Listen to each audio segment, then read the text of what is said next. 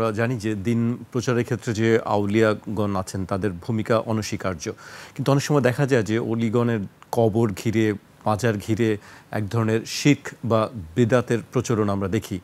সেক্ষেত্রে সাধারণ মানুষকে বাঁচানোর ক্ষেত্রে কি আসলে কোনো সরকারিভাবে কোনো উদ্যোগ নেওয়া যেতে পারে কি?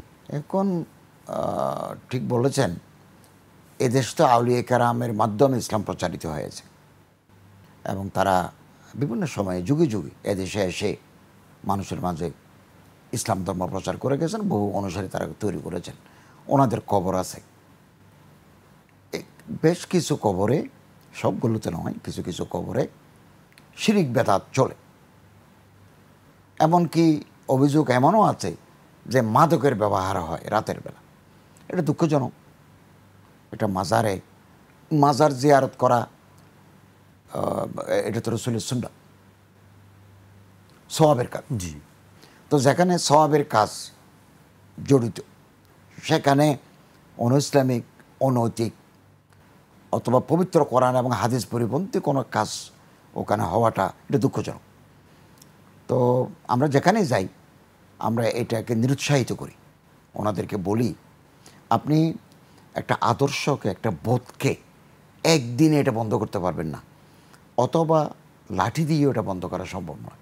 এটার জন্য সমাজকে তৈরি করতে হবে, মানুষকে উদ্বুদ্ধ করতে হবে। আমরা এটা উদ্বুদ্ধ করছি যে এগুলো আউলিয়াদের মাজার, এটার পবিত্রতা আছে, স্যাংটিটি আছে, আমরা জিয়ারত করব, আমরা ফাতিহা খানি পড়ব, কিন্তু শরীয়ত পরিপন্থী আমাদের সম্মানিত ইমাম যারা আছেন, সাহাবায়ে কেরাম আছেন, বুজুর্গানে দিনরা আছেন, তাদের যে তরিকা তারা কবরে ফাতিহা হানি করতেন, সেই তরিকাটা আমাদের মেনে চলতে হবে। আমরা এর বাইরে গেলে বেদাত, শিরিক, খোরাফাতে জড়িত হয়ে পড়ব।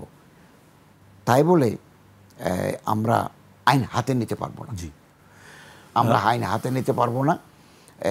ইতিমধ্যে আমাদের কাছে রিপোর্ট এসেছে কিছু কিছু মাজারে হামলা হয়েছে। হামলা করে অথবা মাজার বা মসজিদ ভেঙে দিয়ে আপনি সমাজকে সংশোধন করতে পারবেন না। ওইটা রিপারকেশন বেশি হবে। জি। বরঞ্চ তাদেরকে বোঝানো উচিত যে আমাদের we must follow to the tenets of holy Quran, Sunnah and the ideology of saints and savages. এটা আমাদেরকে বোঝাতে হবে। আমরা এটার দিকে আমরা এগোচ্ছি।